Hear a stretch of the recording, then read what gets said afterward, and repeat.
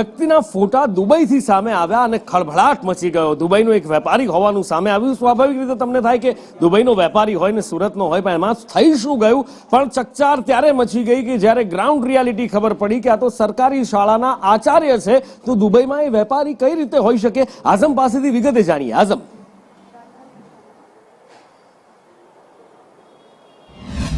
નુપુર કહે ને કે જ્યારે પાપનો ઘડો ભરાઈ જતો હોય તો એ ફૂટી જતો હોય છે અને સામે આવતું હોય તો આખું ચિત્ર। સુરત મહાનગરપાલિકા સંચાલિત સરકારી જે શાળા છે તેના આચાર્ય છે, અમરોલીમાં એ ફરજ ભજવે છે, ઓન ચોપડા બતાવવામાં આવે છે, પરંતુ એમના ફોટા, એમના વિઝા, એમના એગ્રીમેન્ટના કરારો જે સામે આવ્યા છે એ દેખાવી રહ્યું છે કે એ દુબઈમાં જાય છે। સાથે સૂત્રોનું માનીને ચાલે તો 2023ની અંદર 33થી વધુ વાર એ દુબઈની વિઝિટ કરી લીધી છે। અહીંયા આપણે આવ્યા છીએ સુરત મહાનગરપાલિકાની શાસન અધિકારી અને જે ચેરપર્સન છે તે અહીંયા બેઠેલા દેખાઈ રહ્યા છે। આપણે એ લોકોથી જાણીશું આખો મામલો શું છે। તમે લોકો ચેરપર્સન તરીકે અહીંયા બેઠા તો તમને પૂછીશ કે આખો મામલો જે સંજય બાબુભાઈ પટેલનો આવ્યો છે શું છે?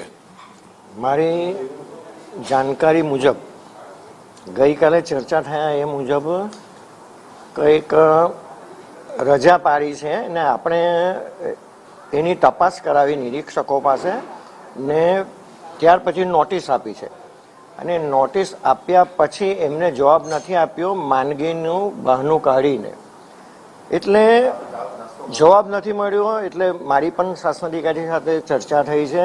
એ મુજબ હવે સસ્પેન્ડ કરવા માટે આપણે એની કાર્યવાહી કરીશું। એઝ અ શાસન અધિકારી તો તમને પૂછીશ કે આ વાત તમારા સામે આવી છે તો આ સિરિયસ ઇસ્યુ કહેવાય। 33થી વધુ વાર દુબઈના આટાફેરા માર્યા છે, અમદાવાદમાં પોલીસ ફરિયાદ કરવા ગયા અપહરણની પોતાની, અને ત્યારે આ મામલો બહાર આવ્યો છે। આ જે કિસ્સો છે એ વિધાઉટ મંજૂરી વિદેશ પ્રવાસનો કિસ્સો છે। જાણ બહાર વિદેશ પ્રવાસ કરી છે। એક સરકારી કર્મચારી તરીકે કોઈ પણ વિદેશ પ્રવાસ કરવા માટે એમણે મંજૂરી લેવાની હોય છે, એમણે મંજૂરી લીધી નથી અને એની તપાસ ચાલુ છે। જે તે પુરાવાને અધીન જે કે નિર્ણય લેવાશે તેની સામે અમે કાયદાકીય કાર્યવાહી કરી શિક્ષાત્મક પગલાં લઈશું। અમે ત્યાં શાળામાં તમે પૂછપરછ કરાવી? આવે છે, નથી આવતા, એમનો વર્તાવ કેવો છે? કારણ કે કરોડો રૂપિયા એમને કોઈને ઉછીના બી આપ્યા છે, એ વાત છે નહીં। હવે જે કંઈ નાણાકીય તમે વાત કરો એવું અમારે કોઈ ધ્યાન પણ નથી।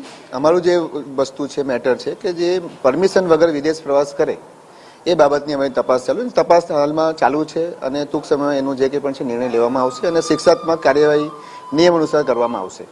તમારી સામે છે કે શિક્ષણ વિભાગ જે છે તે એકદમ એક્શન મોડમાં આવી ગયો છે અને એમને સાથે જણાવી દીધું છે કે જે પણ રિપોર્ટના અંદર બહાર આવશે તો એમને સસ્પેન્ડ કરવામાં આવશે। પરંતુ યાદ અપાય તો આખો મામલો છે એ પોલીસ ફરિયાદ કરવા ગયા હતા કે પોતાનું અપહરણ થયું છે। એમને ઉછીના કરોડો રૂપિયા એક પૂર્વ ધારાસભ્યના ભત્રીજાને આપ્યા હતા અને એ પૈસાનો મામલાને લઈને આખો મામલો બહાર આવ્યો છે। હવે જોઈએ નગર પ્રાથમિક શિક્ષણ સમિતિના સત્તાધીશો આ બાબતે શું કરે છે।